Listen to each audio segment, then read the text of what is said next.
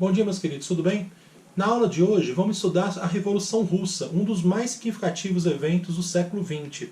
Significativo muito por conta das suas consequências, né? Até o final do século e até os dias atuais, a gente ainda vai ver esse movimento repercutindo, fazendo diferença na forma que a gente entende o mundo, principalmente na região do Oriente Europeu.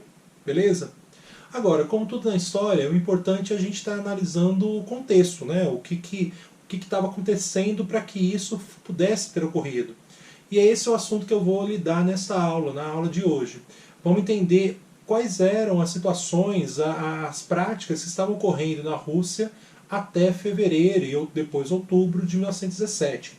Então nessa aula, né, para deixar bem claro, eu vou focar muito no contexto, as causas, né, da Revolução, e eu vou puxar aqui até outubro de 1917. Tranquilo? Bom, o interessante é que o contexto ele é muito anterior ao ano de 1917. Isso porque, se a gente for analisar, tem dois tipos de contextos que a gente tem que levar em consideração aqui. Tanto o contexto político, econômico, social da Rússia, como também um contexto político, e aqui por político, num sentido mais ideológico, dos trabalhadores russos que fizeram parte desse movimento. Então, para a gente entender esse contexto, eu vou puxar lá na primeira Revolução Industrial. Finalzinho aí do século XVIII, no caso, a gente já vai, né, meados aí do século XVIII, a gente já vai ver a Inglaterra desenvolvendo as suas primeiras fábricas. E aí que está a grande questão, né, o grande início desse pensamento ideológico dos trabalhadores russos. Os primeiros trabalhadores fabris, os primeiros trabalhadores das indústrias, ainda lá na Inglaterra, eles não contavam com nenhuma forma de apoio governamental. Não existiam leis trabalhistas. Então a gente hoje fala, por exemplo, 8 horas de trabalho diário, né, seria o máximo. É lógico, tem profissões e profissões que vão ter relações diferentes. Mas essas leis trabalhistas elas foram criadas muito posteriormente. As primeiras fábricas elas não tinham nenhum tipo de ligação, elas não tinham nenhum tipo de relação com esse tipo de lei, com leis que delimitavam a forma que você podia explorar, que você podia exercer o comando sobre seus trabalhadores. Isso tudo foi conseguido a partir de luta de operários. Os operários se organizaram, os operários criaram movimentos políticos, os operários eles literalmente criaram formas de demonstrar, de exercer o seu papel político e conseguir mudanças. E isso vai ganhar muita força quando a gente vai analisar a Revolução Francesa. A Revolução Francesa, e eu já estou em 1789, ainda, né, 1789, eu estou há 130 anos antes ainda da Revolução Russa. A Revolução Francesa ela tinha lá entre seus motes o ideal de liberdade e igualdade, né, e fraternidade. E aí que está a grande questão, assim. Essa palavra igualdade, ela pode ser interpretada de maneiras bem distintas. E é bem interessante que quando a gente tem uma fase da Revolução Francesa, que é a fase jacobina, ali com Robespierre no poder, que esse conceito de igualdade ele vai ser muito radicalizado, no sentido de que, olha, todo mundo é igual. Não é à toa que dentro da ideia do terror vermelho, né, dentro da ideia da perseguição que os jacobinos vão fazer aos girondinos, ou seja, de certa forma os burgueses durante a Revolução Francesa, a gente tem essa luta, a gente tem esse grupo que vai estar falando de igualdade, que vai estar falando de, olha, vamos dividir tudo de modo igualitário. E isso, durante o século XIX, vai ganhar muita força. A princípio a gente vai ter alguns reformadores, né? O Marx chamava esses caras de socialistas utópicos, que eles propõem uma humanização, vamos dizer assim, do capitalismo, dessas relações entre trabalhadores e patrões ser uma forma mais humana. Então a gente tem, por exemplo, um cara como Robert Owen, que ele falava de construir, não de entregar pessoas e melhorar as condições. Então o Robert Owen na fábrica dele, ele diminuiu as horas de trabalho, ele aumentou salários, ao mesmo tempo ele construiu comunidades, ele construiu cooperativas onde os trabalhadores podiam morar, onde os trabalhadores recebiam educação, eles tinham cuidados ali básicos com saúde. Então ele ofereceu melhores condições para os seus trabalhadores Em troca, ele esperava melhores condições dentro da sua empresa, o que de fato ocorreu. Assim. Só que esses socialistas utópicos, eles não tinham propostas muito radicais, eles não tinham propostas muito grandes, vamos dizer assim, revolucionárias. Eles falavam só de uma humanização do capitalismo. E nisso vem Marx. O Marx pega essas ideias de reformar o capitalismo, de lutar por igualdade, direitos de trabalhadores, e ele vai levar isso a um nível além, que é a ideia de você fazer uma revolução que acabe com os privilégios, né? O que o Marx vai dizer dos privilégios dessa classe que era dona dos meios de produção, que é dona dos meios de produção, para ter uma sociedade que fosse na visão, assim, aqui nem preciso dizer na visão do Marx, né? A proposta dele seria de uma sociedade completamente igualitária, a qual ele chamava de comunismo, beleza? Então aqui o que a gente tem que entender quando a gente for chegar ali em 1917 na Revolução Russa é o ponto, qual era o objetivo desses caras. Por que esses caras tomaram o Palácio de Inverno e tiraram o czar do poder? Quais eram os interesses que estavam por trás disso? É bem essa ideia.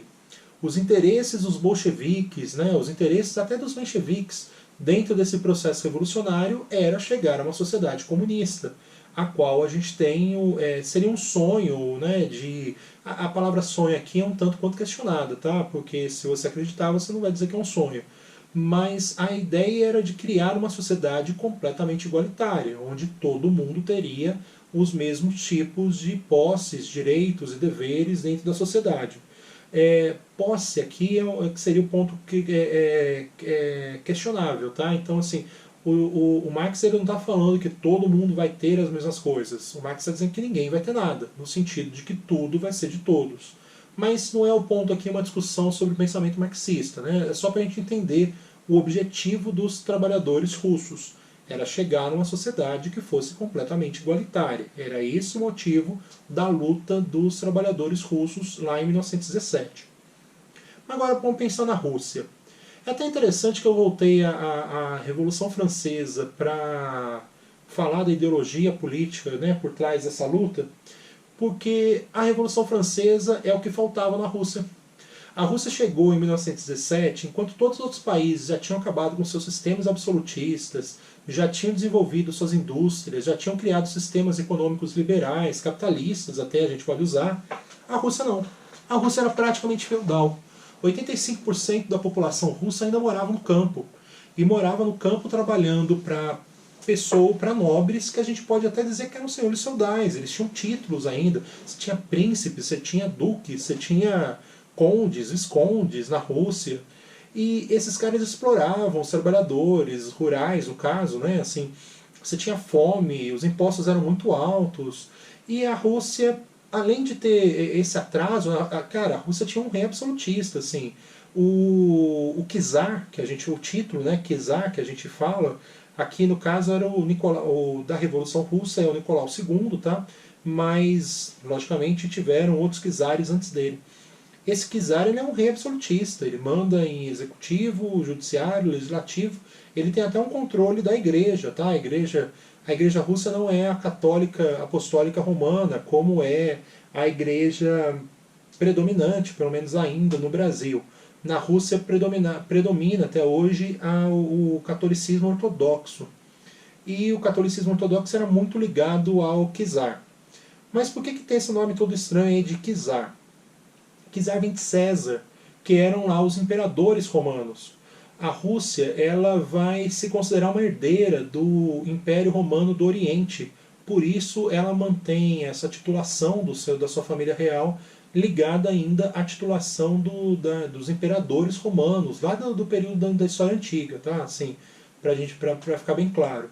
Mas é um imperador, tá? O czar basicamente ele é um imperador, ele é um rei absolutista que comanda o país com apoio da igreja, que comanda o país com apoio da nobreza russa. Assim. Se vocês tiverem lembrado com aquele conceito de antigo regime, que era o conceito que foi criticado no pré-revolução francesa, a ideia de um reino absolutista com apoio da igreja, onde a nobreza tem privilégios, é basicamente o que a Rússia tem. A Rússia, por exemplo, ela vai viver pré-revolução uma manifestação, uma rebelião de soldados no encouraçado Potemkin, que inclusive tem um filme famoso, né, o Encouraçado Potemkin. É um filme famoso para a história do cinema, tá, gente? O pessoal que está esperando um filme aí de Hollywood não vai encontrar isso no Encouraçado Potemkin. Mas os soldados, né, os marinheiros desse encouraçado é um tipo de navio, eles se rebelam. Uma das causas que eles pediam é que a promoção dos soldados fosse feita a partir de mérito, e não a partir de títulos, não a partir do nome que a pessoa tinha. Aqui já mostra para vocês como que esse era um governo que tinha um apoio, que tinha uma ligação direta com essa nobreza. E de novo, nobreza agrária, beleza? Que explorava os seus servos, basicamente. Aqui na Rússia a gente podia falar isso já no século XX. O mundo já tinha acabado com isso lá no século XVIII. A Rússia ainda tinha servos no século XX. A Rússia tinha pouquíssimas indústrias, mas muito pouca mesmo. Assim. E esse rei absolutista, ele tinha uma mania de grandeza, basicamente. O Nicolau II, ele tratava a Rússia como uma potência imperialista, como era a Inglaterra e como era a França, por exemplo. E de fato, se a gente for analisar a posse de terras, a Rússia era provavelmente quem podia duelar com os dois países. Aí vocês podem pensar assim, putz, mas a Rússia está lá, assim, não tem. Cadê as posses de terra da Rússia? É a própria Rússia. Na hora que a gente vai analisar, você tem muita gente, muitas nacionalidades que estão lá dentro desse território russo. Nesse período, por exemplo, até uma série de países que estão a oeste da Rússia, a Finlândia, a Polônia, faziam parte do território russo. Isso sem contar os povos asiáticos que também faziam parte dentro desse reino. Então era um país imperialista. E isso é mais um dos problemas para a gente analisar para a Revolução, tá? Porque essas nacionalidades que eram oprimidas, que eram dominadas pelos russos, eles queriam sua independência. Então aqui eu já mostrei dois problemas. É um país super atrasado politicamente, economicamente, e é um país que tem divergências internas muito grandes. Assim, você tem grupos que estão literalmente falando de se transformar em independentes dentro dessa Rússia.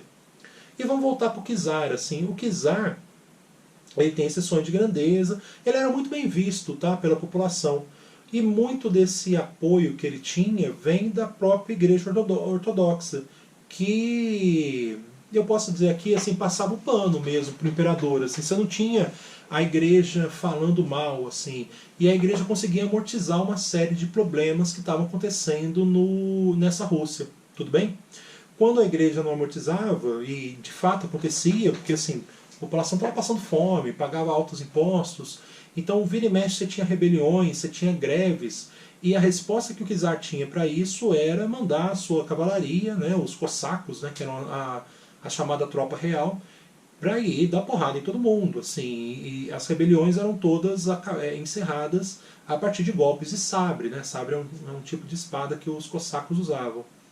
A Rússia também tinha uma mania de grandeza, porque se a gente for analisar, foram eles que ganharam Napoleão. Então, assim, para a família real russa, os Romanov, aquilo era a própria publicidade como a Rússia era poderosa. Assim. E é por isso que o Nicolau II vai se metendo cada vez em confusões, uma maior que a outra. O primeiro grande ponto aqui para a gente analisar é uma guerra que ele vai se meter contra o Japão, pelo domínio da Coreia e pelo domínio da Manchúria, que é a região nordeste da China. Regiões a Manchúria principalmente, tem muita mina de ferro, muita mina de carvão, então era uma região bastante importante para a questão produtiva, tanto japonesa quanto russa. A Rússia, em 1904, declara guerra ao Japão para proteger a China, né, e dominar essas regiões. E, cara, é a Rússia, tá? O maior país do mundo, com uma grande população, e ela perde para o Japão em menos de um ano. E essa guerra, a guerra sino-japonesa, né, que a Rússia vai se meter, ela acaba sendo bastante problemática para o czar. Porque na hora que ele manda seu exército para lá, ele vai, logicamente, preparar tudo que o exército precisa. Então ele vai mandar comida, ele vai comprar armamento, né? E isso vai fazer com que a Rússia entre numa crise muito, mas muito, mas muito violenta. A grana acabou na hora que ele está preparando para essa guerra, o povo está passando fome, porque a comida foi toda retirada, né, toda deslocada para as tropas, e isso vai simplesmente só gerar ainda mais revoltas. Beleza? E aqui a gente chega no ano de 1905. Né? Eu falei que a guerra começou em 4, falei que ela durou um ano, então 1905 é o ano aqui que a gente tem que parar para entender mais seriamente tudo que está acontecendo. Os historiadores chamam o ano de 1905 de ensaio geral da Revolução Russa, né, no caso, de 1917. Então o que acontece aí em 1905? Em janeiro de 1905, uma série de trabalhadores, né, populares da Rússia, eles vão para a frente da sede do Império, né, do governo, que era o Palácio de Inverno. A Rússia nessa época, a capital da Rússia não era Moscou, era São Petersburgo. E o imperador, né, o Nicolau II, estava lá com a sua família, e o povo vai, e assim, os relatos, né, e todos os estudos históricos falam que o povo estava muito de boa. O povo eles tinham 3 pedidos básicos, que era paz, pão e terra.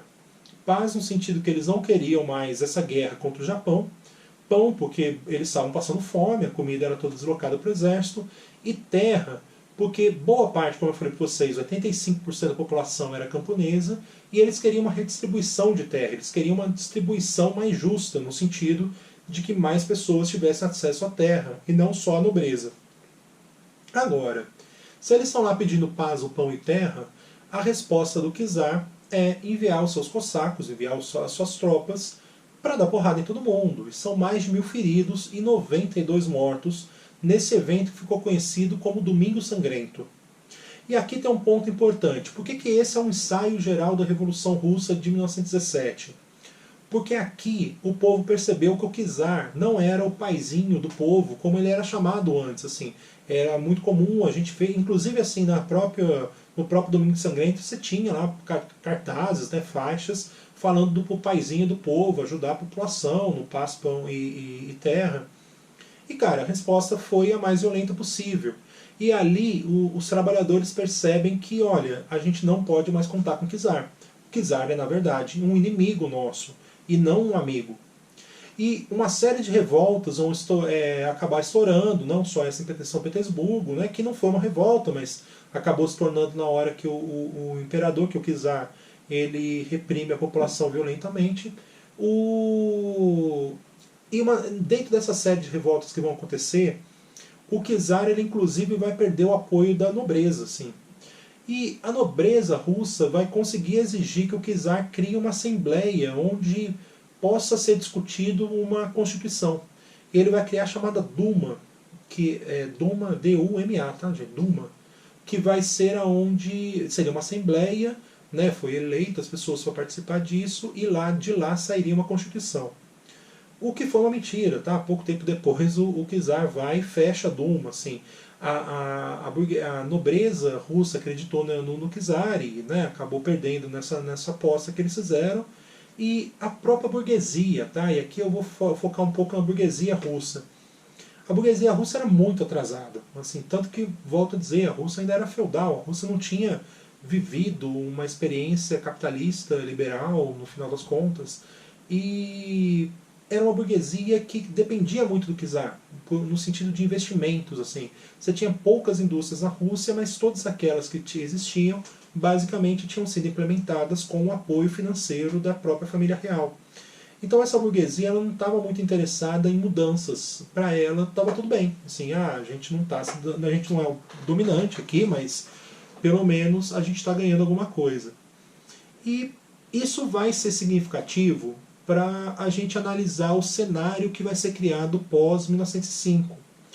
Dentro dessa confusão toda, né, o czar cria a Duma, né, essa assembleia, promete uma constituição e isso não sai, a Duma é fechada. Quem vai ganhar muito espaço são os sovietes. Mas antes de eu explicar para vocês que é os sovietes, eu tenho que voltar um pouquinho, ainda lá para o finalzinho do século XIX, para a gente falar de um dos partidos políticos.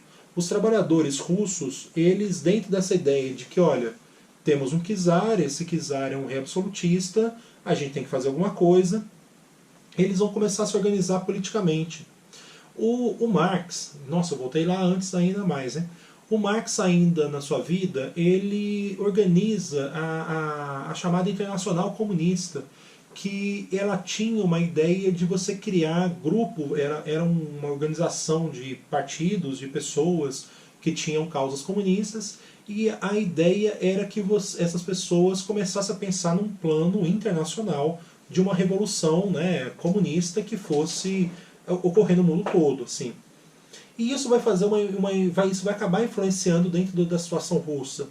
Não tanto na primeira, tá? Mas a segunda internacional, que aí já é depois da morte do Marx, ela vai ter uma participação de intelectuais russos que nem estavam vivendo na Rússia. Tá? Boa parte desses caras tinham sido exilados, eles tinham sido proibidos de continuar vivendo na Rússia.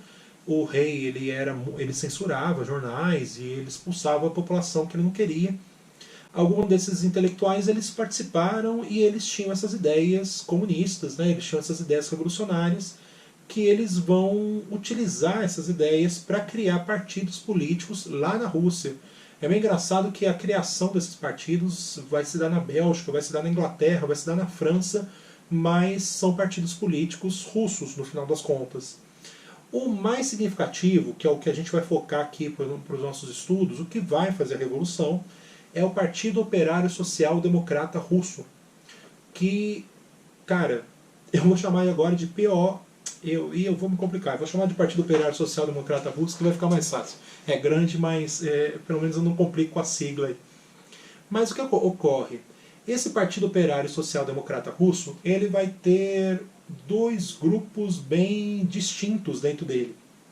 Vai ter o grupo que a gente chama de bolcheviques e vai ter o grupo que a gente chama de mencheviques.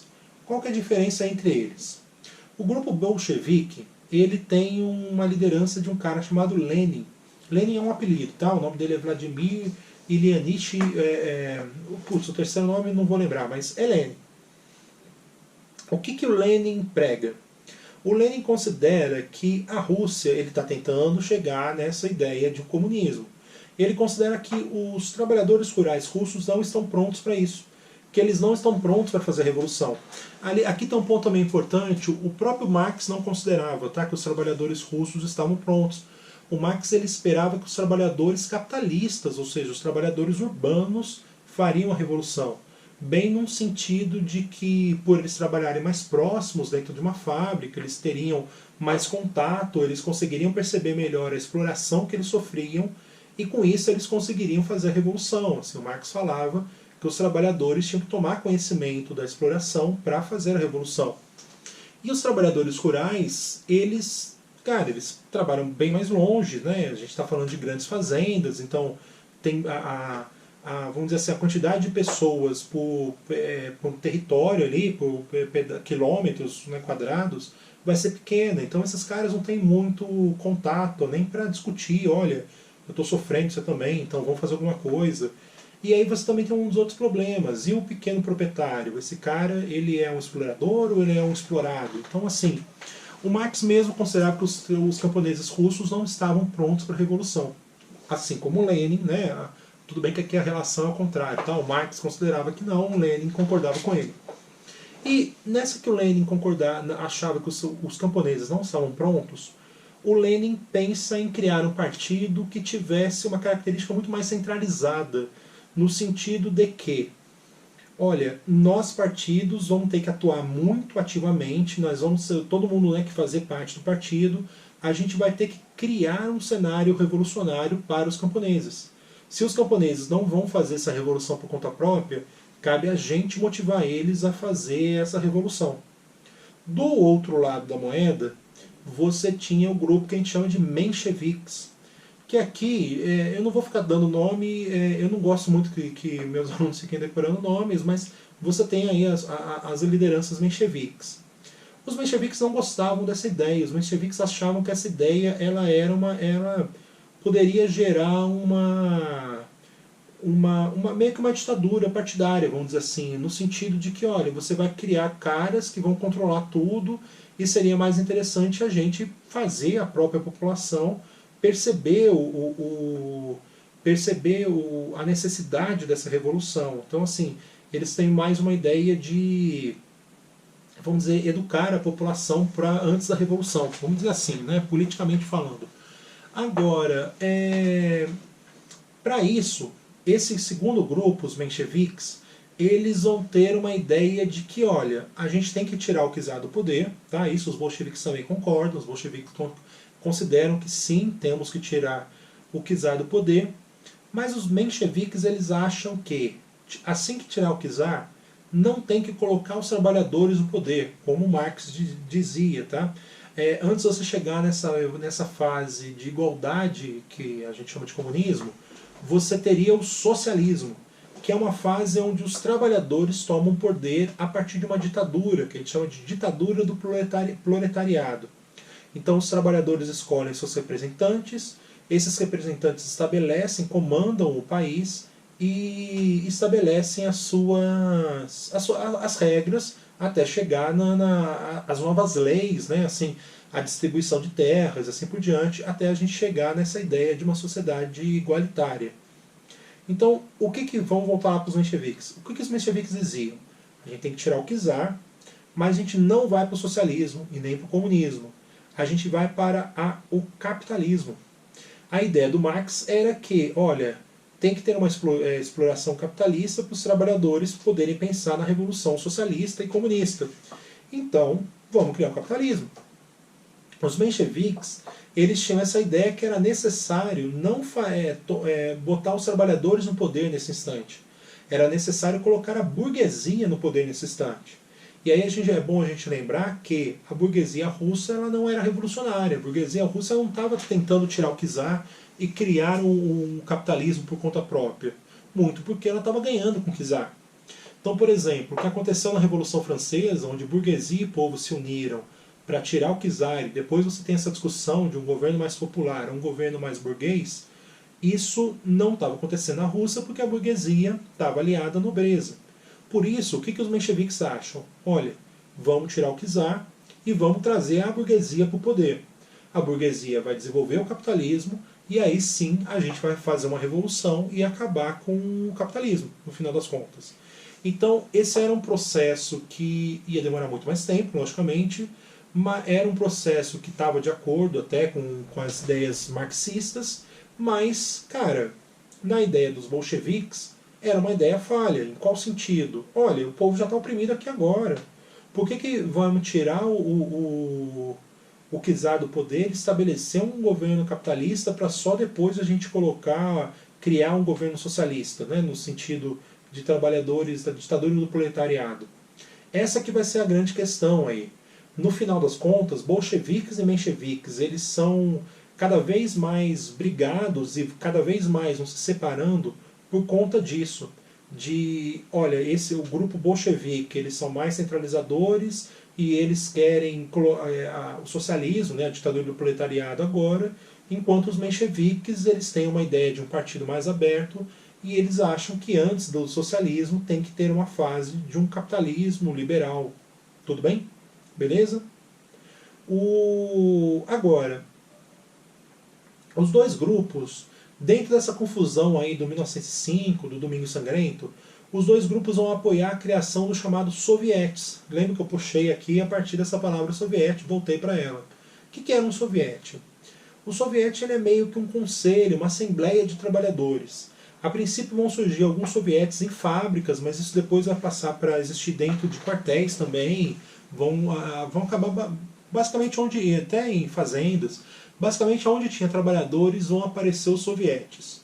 Os sovietes são ligados ao Partido Operário Social Democrata Russo, e qual que é a função deles? Discutir as coisas políticas, discutir a política russa no sentido o que a gente pode fazer para tirar o czar do poder, e discutir também questões próprias ali, internas. Então assim, olha, a gente aqui na fábrica X, a gente está em péssimas condições de trabalho porque a luz não está boa.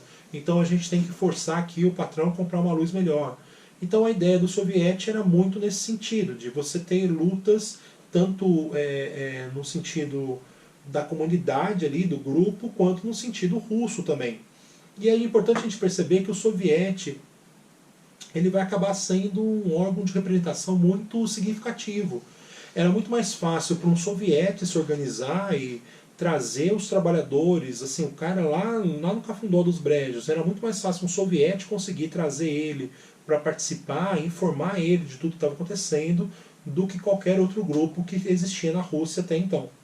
Então, assim, o czar ele promete mudanças no pós-Domingo Sangrento, essas mudanças não ocorrem, a burguesia e a nobreza perdem espaço, porque elas apostaram que o czar faria essas mudanças, e os soviéticos vão ganhando espaço. E, gente, aí vem a Primeira Guerra Mundial. Em 1914, a Rússia tinha um acordo com a França e com a Inglaterra, e ela tinha esse desejo de apoiar os sérvios, né? E por isso ela acaba entrando na Primeira Guerra Mundial. A Rússia tinha chances de ganhar a guerra? Cara, ela tinha bons aliados. A França tinha um exército muito significativo, a Inglaterra tinha um exército muito desenvolvido, e a Rússia era o maior exército do mundo em números, em quantidade de pessoas que estavam participando. No entanto, era o exército mais atrasado de todos. Assim, a Alemanha, que é quem estava basicamente lutando contra a Rússia, já tinha feito a segunda revolução industrial, e a Rússia mal tinha indústria. Então, assim, era muito desigual essas batalhas. Os números russos poderiam levar a melhora? Sim, poderiam. O problema é que volta todos os problemas que ocorreram lá na guerra contra o Japão. Vai ter fome, os impostos sobem, a população está passando dificuldades, e aí a população, por exemplo, começa a fazer greve, a população começa a fazer revolta, e basicamente o exército, ao invés de ir para a guerra e continuar lutando, o exército tem que ficar em casa reprimindo manifestação, porque o czar reprimia tudo, mandando o exército à porrada. O exército vai ter muito mais um papel de polícia do que um papel de exército mesmo, de guerrear. Então, assim, por mais que tivessem muitos mais soldados que os outros exércitos, boa parte desses soldados estão dentro da Rússia. E por isso a Rússia não consegue atuar isso na guerra. E assim, é derrota atrás de derrota. Mas literalmente, derrota atrás de derrota mesmo. Em 1916, a Rússia já tinha mais de 5 milhões de pessoas feridas, mortas, incapacitadas para a guerra de alguma forma. Basicamente assim, a Rússia estava muito perdida na guerra. E ela vai, logicamente, se ela está numa guerra, ela precisa de soldados, ela vai cada vez exigir pessoas mais novas. E isso vai fazer com que tenha mais ainda manifestações. Aqui eu já estou no finalzinho, tá, de 1916. As mães que já viram seus pais e esposos irem para a guerra, agora estão vendo seus filhos irem para a guerra, sem que os maridos e pais tivessem voltado. No final das contas, boa parte deles tinha morrido, simplesmente. E o que vai acontecer? Em fevereiro de 1917, no dia 23 de fevereiro de 1917, e aqui vem um ponto até meio curioso, é Dia das Mulheres na Rússia. Era, tá? A Rússia agora usa o mesmo calendário que o nosso, mas na época não usava. O calendário russo era um calendário ortodoxo e era diferente do nosso calendário atual. E o que acontecia? Era o Dia Internacional das Mulheres. Então, assim, para quem estava aqui no Brasil, os fatos que eu vou narrar agora, eles são fatos que ocorreram dia 8 de março. Tá? Se você quer estudar isso, ver os jornais brasileiros, se alguém noticiou alguma coisa, você tem que pegar um jornal do dia 8 de março e não do dia 23 de fevereiro. Mas lá na Rússia era 23 de fevereiro, por isso a gente trata como Revolução de Fevereiro. Tranquilo? Bom, só um ponto aqui para ficar ainda mais interessante. Todo mundo sabia que ia ter uma revolução na Rússia. Assim. O Partido Operário Social Democrata Russo, né, os soviéticos, cada vez mais ganhavam força, e o czar ele não conseguia responder, assim, ele tinha muito mais insatisfações dentro do seu governo do que grupos que o apoiavam. A Rússia só perdia e, cara, era fracasso atrás de fracasso. Era muito visível que alguma coisa estava prestes a acontecer. Tanto que, por exemplo, um dos livros mais significativos que tratam da Revolução é 10 Dias que Abalaram o Mundo. Ele é escrito por um jornalista americano que ele tinha ido para cobrir a Primeira Guerra Mundial, e quando ele foi analisando as notícias que ele recebia da Rússia, ele falou, cara, eu vou para lá porque eu vou cobrir essa revolução. Era visível, todo mundo sabia que a revolução ia acontecer em algum instante. O problema era como, né, que a revolução vai acontecer. Uma revolução, beleza, vai ter alguma coisa. Como é que isso vai acontecer? E o mais interessante de tudo é que a revolução ela é extremamente... ela chega a ser até meio boba. Assim, a gente fica esperando uma revolução, aí o povo foi pra rua, quebrou tudo. Cara, foi uma greve. No dia 8 de março, né, no mundo, 23 de fevereiro lá na Rússia, as mulheres vão às ruas pedir, olha, a gente quer paz. E é bem, eles voltam com aqueles 3 pedidos do Domingo Sangrento: paz, pão e terra. E, cara, o czar vai fazer o que o czar sempre fez, ele vai mandar o exército e reprimir. Só que o exército não reprime. Na hora que o exército vê aquelas mulheres na rua, simplesmente o exército muda de lado. O exército não foi, atacou e matou as mulheres como fez em 1905, como fez em todas as manifestações que ocorreram na Rússia desse período. O exército mudou de lado. E aí o czar ficou sozinho. 4 dias depois, o czar é deposto. O exército toma o Palácio de Inverno, o czar acaba sendo preso. Depois, na próxima aula, a gente vai falar o que aconteceu com a família do czar e com o próprio czar. E aí a gente tem a chamada Revolução de Fevereiro, que é uma revolução que, a princípio até, quem vai estabelecer o poder vai ser a Duma. Eles vão recriar a Duma, a burguesia vai colocar um dos seus líderes políticos no poder, mas esse cara, ele vai ter um pequeno, grande, ultra, mega, hiper, blaster problema. Ele não quer tirar a Rússia da guerra. E lembra, o povo foi às ruas pedindo paz, pão e terra. Paz significava tirar a Rússia da guerra. Só que a burguesia não queria. A burguesia, ela tinha uma relação muito direta com a França. A França tinha bancado boa parte também, além do czar, né? A França tinha uma série de investimentos na industrialização russa. Então, eles não queriam basicamente deixar a Rússia, a França na mão, né? Os seus aliados. E sair da guerra significava perder, né? Pagar uma indenização e assim por diante. Esse governo que foi criado pós Revolução de Fevereiro, ele não está interessado nisso. Inclusive, ele recebe em junho uma missão de atacar. A Inglaterra e a França precisavam que a Rússia atacasse para tentar fazer com que a Alemanha mandasse mais soldados para essa outra frente. E eles fizeram isso. Só que eles tiveram uma derrota muito, mas muito acachapante, ao ponto de o próprio governo da Duma renunciar e chamar o Kerensky, que era um nome menchevique, para compor o governo. E os mencheviques, dentro dessa ideia de vamos estabelecer a burguesia, eles não fizeram nenhuma mudança, eles continuaram com a Rússia na guerra e eles vão continuar com essa ideia de tentar, né, estabelecer o capitalismo na Rússia. Só que uma medida que eles tomaram foi bastante significativa. Eles acabaram, eles perdoaram uma série de crimes que foram ocorridos, crimes políticos, que aconteceram ainda no período czarista. E nisso, uma série de líderes bolcheviques que estavam fora da Rússia voltaram. E quando esses caras voltam, inclusive o Lenin, tá? O Lenin volta nessa. Inclusive, inclusive o Lenin. Esses líderes, quando eles voltam meio que botando mais fogo nessa palha toda, nessa situação toda. O Lenin, por exemplo, quando volta, ele volta falando em todo o poder aos sovietes, que era, olha, vamos acabar com esses governos aí de Duma, vamos acabar com esses governos aí que estão feitos, né, que estão sendo criados, e vamos dar o poder para o Conselho dos Trabalhadores, para onde os trabalhadores estão se representando. E a partir dessas ideias de todo o poder ao soviete, a partir dessas ideias de paz, pão e terra, né, assim, e o que eu quero que vocês percebam é que o governo de fevereiro, né, a Revolução de Fevereiro, ela acaba meio que, o povo acaba se sentindo meio traído. Eles esperavam a paz, pão e terra, e não foi o que aconteceu, assim. E em agosto, no meio dessa coisa dos bolcheviques, né, a partir do Lenin, falando de todo o poder aos sovietes e falando de revoltas, motivando greves e assim por diante, o povo começa a fazer isso, assim. Em agosto, uma série de camponeses começam a tomar as fazendas dos donos das fazendas, coisa que os mencheviques não ofereceram. Os soldados que exigiam a paz, no caso, né, primeiro eu falei da terra, agora eu falo da paz, os soldados que exigiam a paz, eles abandonaram o campo de batalha. Vinha lá os generais, né, os comandantes davam ordem, eles simplesmente se recusavam. Muitos deles mataram seus comandantes para voltar para casa. Então começou uma série de revoltas, no final das contas, a partir de agosto na Rússia.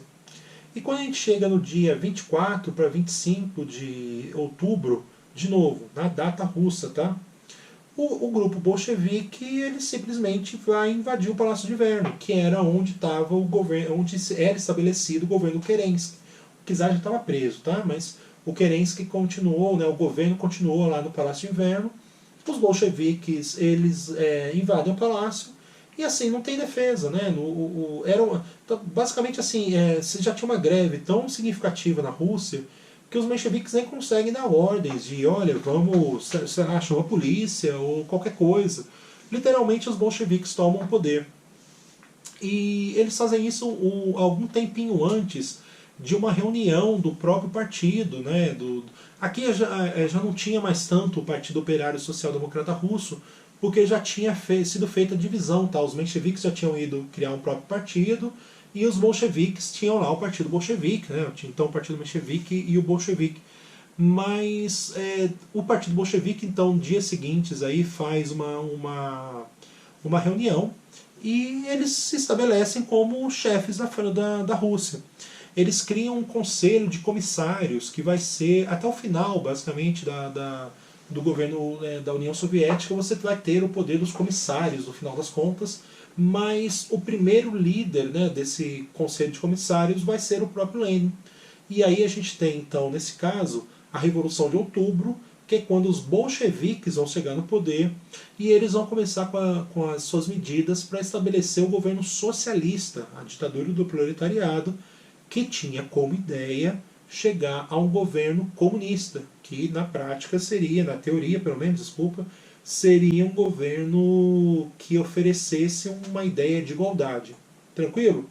Mas eu vou parar aqui nessa aula. Na próxima aula a gente vê o que o Lenin fez no governo e tudo que vai acontecer pós a sua posse. Tranquilo? Qualquer dúvida aí, manda os sinais de fumaça virtual, estou sempre às ordens. Abração para vocês e até a próxima.